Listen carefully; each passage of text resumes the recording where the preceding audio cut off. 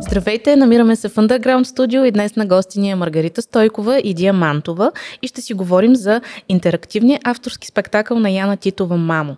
В него се изследват отношенията между майки и дъщери, виждаме различни точки за родителството, женската идентичност и тяхната адаптация в забързаното ежедневие, което ни заобикаля.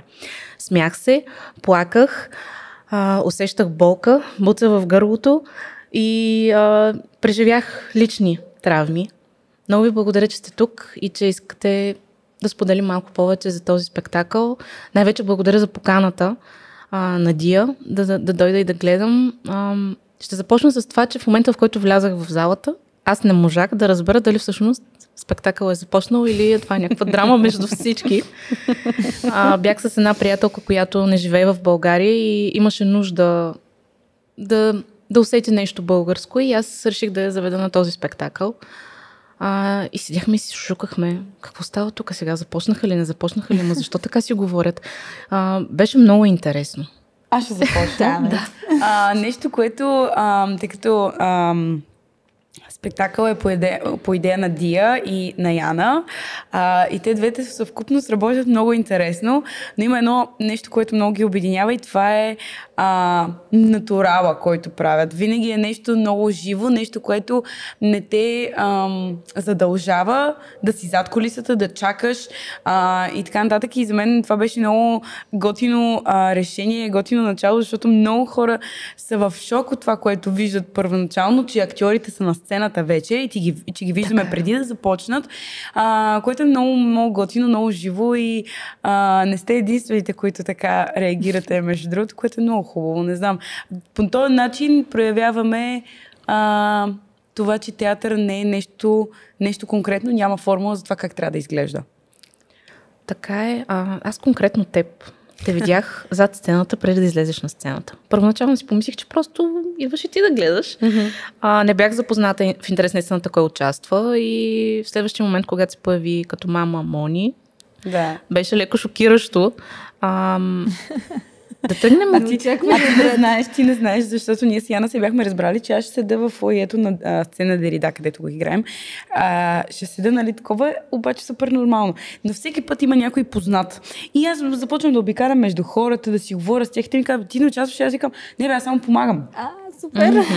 Аз това сега да разбирам. Точно за това. Но такова, аз им обяснявам, аз само помагам тук, защото аз съм ми облечена като нормален човек, нали? И много интересно, много хора са шокирани от това. Това е интерактивен спектакъл. Добре, да започнем от там. Как успяхте да подберете правилните образи за съответната роля? Защото за мен абсолютно всеки си беше на мястото. Това също е едно друго много голямо умение и суперсила на Яна. Тя много добре усеща кой актьор е от какво има нужда в този момент. Е подходящ. Да. Така че това е силата от режисьора, вече е избора. Но иначе общо взето заедно работихме като екип. Това е така нареченият Device Theater, който така по Европа и Америка е от по-отдавна фигурира по театралните сцени. В България също има така някои опити, но доста по-малко. Това е когато целият екип на представлението се събере и създаде заедно спектакъла. И като текст, тъй като текстът е изцяло написан от нас, има съвсем един монолог на Мария Касимова Муасе. Всеки път се включвам да й благодаря за това, че ни го предостави любезно. Всички останали текстове ние сме ги писали заедно. Заедно сме, по време на репетициите сме формирали общо взето как образите, сюжета, кое след кое, динамиката. Но така като идеите кой какъв да бъде, дойдоха от Яна. От Яна и отделно, че всеки някакси добави нещо лично в образите, някаква лична мотивация, така да го наречем, особено в монолозите, които присъстват. И това го направи много истинско. И много по-докосващо до публиката. Да, кое беше твоето лично нещо, което добави? Защото препоръчвам всеки... майка на 19 години. На Маги е любимия въпрос. Да, това ми е любимия въпрос. Всъщност аз с Яна много спорихме за моят образ, защото аз не бях съгласна с него. Аз не исках да играя това, което съм била преди 5 години, защото всъщност истината е, това не е тайна за никой, но всъщност аз бях ютубър преди. Да. И преди актьорското се занимавах с YouTube и наистина си бях инфлуенсър, и наистина бях в YouTube и наистина се държах по този начин. Давах съвети, ама не за майки, ами за малки момичета, които се чуят какво да правят в живота си. Което беше наистина една част от живота ми, за която не съжалявам, но не искам да споменавам, защото много хора изведнъж решават, че ще станат певци, актьори, танцори от YouTube и от това, че са известни в социалните мрежи. Аз не исках да бъда по този начин известна, така да го кажа. И затова не исках да го изтъквам по такъв начин, но Яна каза, не, ще го направиш. И Яна каже ли, става закон. Става закон. И добре ти се получи. Наистина беше някакси на фона на всички истории. В същото време се замисляш за този млад човек, който му се налага да гледа дете на 19 години, обаче тя беше толкова, нали, някакси над нещата, аз съм топ. И седиш и си задаш въпроса, Господи, в реалния живот, дали наистина едно 19 годишно момиче мисли по този начин? Ние не знаем. Ама то после се вижда също, това е, нали, контрапункта на това, както е в телевизионното студио, тъй като спектакъла се случва, като симулира реалността и динамиката в телевизионно студио. И всъщност сме част от предаването в сутрешния блок Часът на жената, женското предаване, и там, нали, се противопоставят поведението на хората, когато са в обществото, това, което, нали, е ясно в нашето съвремие с социалните мрежи и това, че всеки се изявява, и всъщност как ти се представяш пред обществото, и всъщност вече се контрират интимните моменти, които са в така наречената кутия. Всеки има своето ариозо, своя монолог. Там всъщност се вижда, че всеки един от нас, без значение какво го вълнува, каква е темата на живота му в момента и на какъв етап е, има своите вътрешни съмнения, страхове, а някой път е и съвсем така различен образ му пред останалите от това, което всъщност се крие вътре и изпитва. А кое беше най-трудното нещо, което трябваше да направите по време на...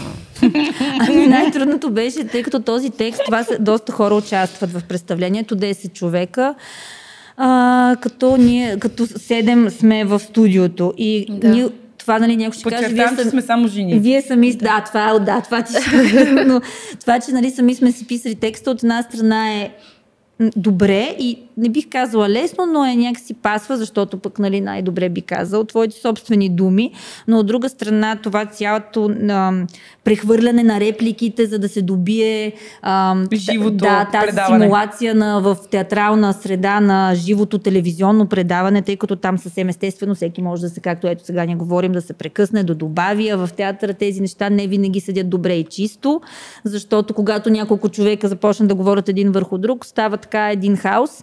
И да изчистиме това, хем да се усеща настроението и така специфичната телевизионна среда и тази непосредственост и естественост, а в същото време да бъдем в, нали, театралната среда и да се вижда, че това все пак е театрален спектакъл. И понеже сме много, една, втора, трета говори, това беше най-трудно да се напасне, така че да не се прекъсваме, всеки да си каже неговата реплика в точния момент. И тя го каза много интелигентно. Идеята е, че стана пълен кокошарник и ние всъщност имахме така да се съберем, защото всеки от нас беше заета. Ние с Яна имахме турне към филма. Дия преподава в професионална гимназия за сценични изкуства. Акатамус. И всички имаха нещо и всъщност ние имахме само 8 репетиции. 8 дена репетирахме преди премиерата на представлението, което беше, както казва една от нашите актриси, Лазарина Коткова, само Господ се е справил по-добре от нас за 7 дни. Ние имахме 8 дни да правим това и всъщност всеки път, когато имаме представлението, става все по-добре и по-добре, защото ние най-накрая успяваме да го репетираме както трябва да бъде. Кажа, то пък благодарение на това сега почва вече да се развива, така че... Да. Но беше голям опит, защото първо и ние сами, нали, с наш текст, второ доста хора за малък период от време си е голяма школа това нещо. Пък и една част от екипа са така по-скоро кино и телевизионни актриси. Всъщност аз и Боряна Братоева май така най-вече сме в... И Кейт. Тя в театър не знам дали... Тя в Пловдивския, в Одисея играе. Да, в едно през. Но така да тя ми сподели, че няма и тя такъв опит. Да, понеже ние така с повече участия, нали, вече може би над 20 представления имам аз и все пак има някакъв опит в тази динамика, колкото и да е сложна ситуацията, съм изградила някакви механизми, в които да се справям. И това също беше предизвикателство и за тях, за тези кино звезди, но те пък много така достойно успяха. Mm-hmm. Това, което искам всъщност да кажа е, че не знам дали вие сте се замислили за това нещо. Посланието в този спектакъл е голямо. Особено за жени, които преминават през дадените ситуации. Замислили ли сте се дали това нещо не трябва дори... Аз лично мисля, че би било полезно да се покаже и на деца в училище. Тоест да си го има като отворен урок, примерно. Що не? Да, и това, че на тези теми, то също това е другата, така една от подтемите, че ние всички постоянно обсъждаме в публичното пространство всички въпроси, ето както е в нашия спектакъл, родителството, майчинството, способите на майчинството, от страна гледна точка на майката на децата, но някакси, колкото и да ни се иска да ги разглеждаме подробно и да открием някакъв ключ или някаква истина за всеки, всъщност, за съжаление, нямаме много време в нашето забързано ежедневие, всичко е по повърхността. Така че голямата цел е наистина открито, искрено и честно да се говори за тези теми, за да се стигне до някакъв по-смислен резултат. Дай Боже. Със сигурност трябва и особено... Дай Боже. Имаме го това, понеже като лайт мотив в нашия спектакъл. Дай Боже, дай Боже. Не, за мен беше изключително запомнящо. Много рядко ми се случва да изляза от спектакъл и да кажа, това са най-смислените дадени пари. Много се радваме, защото това наистина е нашата цел. Тук в момента да благодарим на Фонд култура, тъй като той е така спонсорирано, също е с подкрепата на Национален фонд култура по програма Социално ангажирани изкуства, така че и въобще ние с Яна имаме така най-силното желание да творим, когато наистина има какво да кажем и да избираме теми, които смятаме за важни да се обсъждат по един начин, който да е достъпен за хората, но и същото време да бъде изкуство. Така че продължаваме тези мисии. Няма да оставим и тези теми, ще захванем и нови теми, но това е една крачка все пак, колкото и да е малка, една крачка към открития разговор. Тук ли е момента да спомена, че може да има и продължение, мамо? Да. Сериозно? Да. Обмисляме го вече. Да. Просто много ни харесва в нашия екип така, колко вече сме сплотени и много ми харесват репетициите с вино. Въпреки, че сме 10 жени, много добре се чувстваме, позитивна е средата, наистина, и вече го обмисляме. Не винаги се случва когато репетираш и по време на кинопроцес, но при нас ние сме самишленици, т.е. всички вярват в тази идея и тема и така мислим да продължим напред. Няма да е съвсем по същата тематика, но ще е някаква друга важна тема. Да. Значи аз ще чакам да видя и да дойда. Ако трябва да обобщите посланието на този спектакъл в едно изречение, какво би било то? Маги? Хаштаг не всичко е такова, каквото изглежда. И може би също, че сега аз малко така импровизирам, но че в крайна сметка всеки е нас вселена с неговите неща, които го вълнуват и че пък и това са тези теми, които са свързани с майчеството, вълнуват и всеки, който нали, да се така. Това е нещо, което мъж, жена, дете, на каквато и да си възраст, това е. Дали си дъщеря, дали си майка, дали си син, дали си съпруг. А замисля сте да направите нещо, което е обратната гледна точка за бащите? Мислихме го, но нещо друго така има, което сме... Бащите не са толкова интересни, бих казала. Както и синовете. Това в кръга на шегата, разбира. Да. Не зависи. Аз мога да кажа, че това представление в началото, тъй като ми е първото театрално излизане, някакси за мен беше правим го, защото сме готини екип, аз много харесвам всички, с които работим, познахме се от преди това и бях някаква супер такава, добре, правим го, защото е готино да го направим. Но не го приемах на сериозно. И в един момент така се замислих, че защото си казах, какво ще имам аз майки? Аз съм на 19 години, нали, въобще нито мисля за това, нито нещо такова. Обаче вече после като го сформирахме някакси тези теми почнаха да ме вълнуват. Супер много почнаха да ме вълнуват. Въпреки, че съм малка. Сестра ми, примерно, дойде да го гледа на премиерата.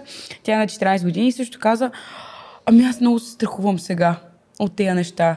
Какво може? Защото наистина ние сме на 19 години, примерно, и си мислим, че живота е пред нас, обаче реално погледнато скоро и ние трябва да станем майки. Защото всяка жена трябва да стане майка.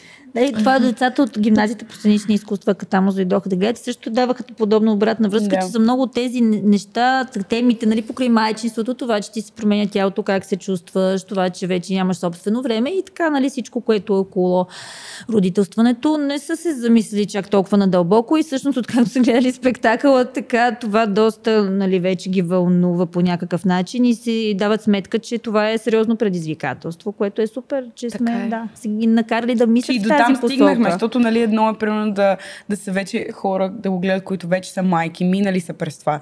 А друго е хора, които, нали, деца, които все още по някакъв начин дори не са се замислили, че може да минат през тези неща. То не е, нали, такова да ги наплашим сега. По-скоро да ги замислим, че всъщност то е ясно, че ние ще станем майки, нали, но то е някъде там далече, нали, така изглежда, а пък всъщност е толкова близо, и е толкова реално, и е толкова отговорно, и тия всичките неща. И това е, значи сме си постигнали също някои от целите, защото ето ние по някакъв начин те са научили нови неща, накарали сме да ги се замислят и да си пък за себе си вече направят някаква собствена стратегия вече към тези събития важни за всеки.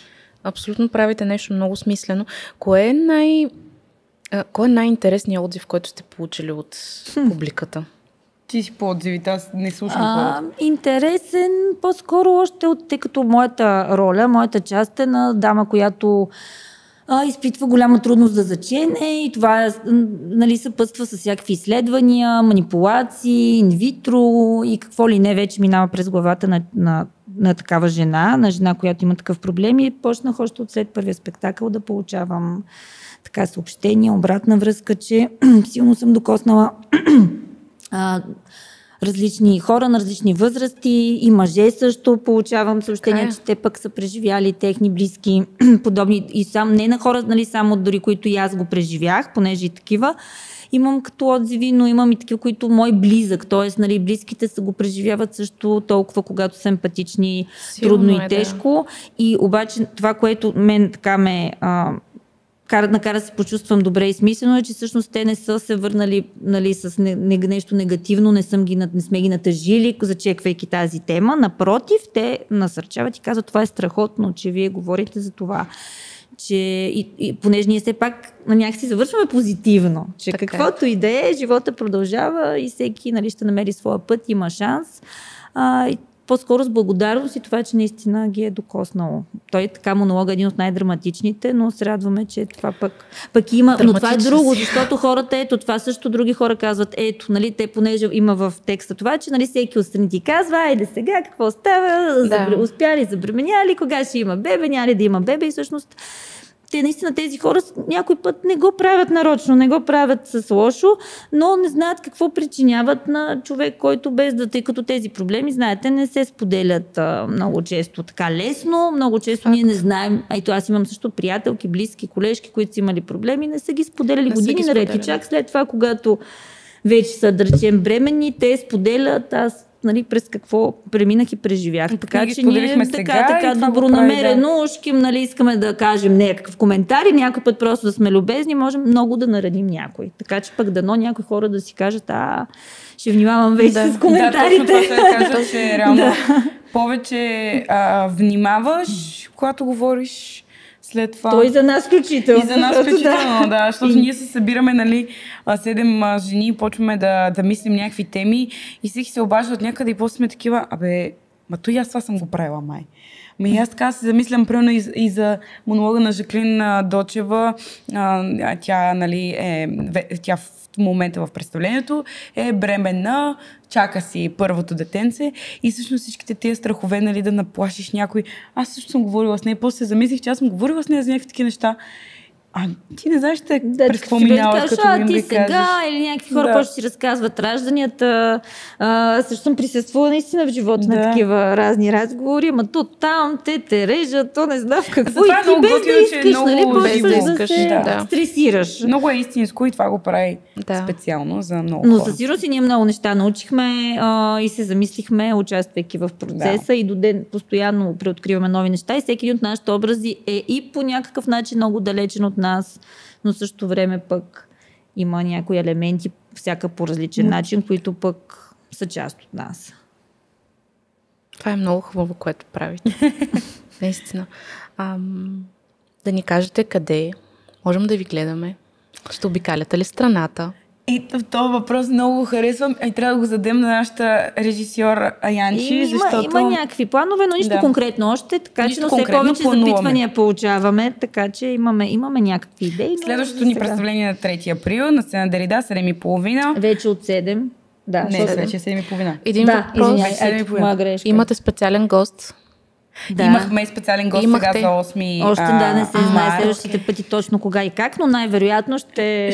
специалният ни гост беше Валя Каролева и беше адски забавно да пристигне от Лондон с синята кръв и да дъхне нов живот на един от персонажите. На 3 април, сцена Дерида, 7:30, билети по-добре предварително онлайн. Имаме Инстаграм страница, казва се Mami_Play. Имаме и Фейсбук страница, която се казва Мамо, интерактивен спектакъл. Да, и там пускаме билети, снимки и така нататък. И в нашите профили постоянно има реклама. Също имаме си дати за май и за юни, на 14 май и на 11 юни. Все на сцена Дерида, София, 19:30. Турнета скоро. Другия сезон също продължаваме с пълна сила и така, тъй като спектакъл е интерактивен, е възможно да има изненади, така че дори тези, които са го гледали, има какво. Имаме вече доста зрители, които са го гледали по няколко пъти. Аз имам намерение да доведа моята кръщелница, защото тя е доста интересна като личност и смятам, че може много да й повлияете в това отношение. Значи със сигурност трябва да добавяме нови неща. Но и Валя най-вероятно ще се присъедини, може би по друг начин, няма да издаваме, но ще бъде част от представлението. Да. Добре, много ви благодаря, че бяхте тук и че споделихте вашата история. Със сигурност ще чакам нови дати, нови изненади, за да дойда да гледам продължението. А пък на всички вас ви пожелавам един хубав ден, вечер и със сигурност, ако имате възможност, отидете да гледате Мамо, защото си заслужава. До нови срещи!